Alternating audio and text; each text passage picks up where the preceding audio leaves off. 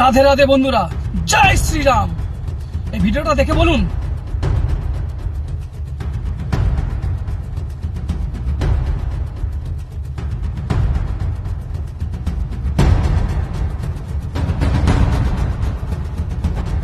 যে এর সঙ্গে কি করা উচিত। মার দিয়ে যায়, ছোড় দিয়ে যায়।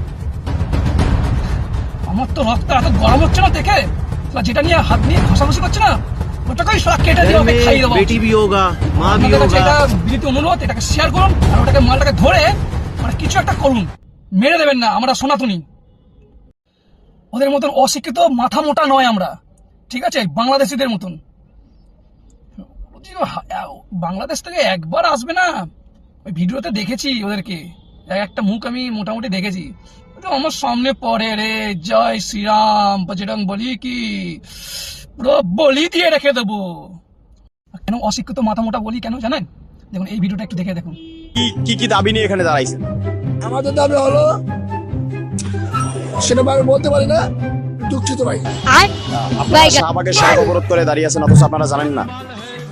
এটা আমাদের এখনো বলা হয়নি। আমাদের একটাই দাবি, আমরা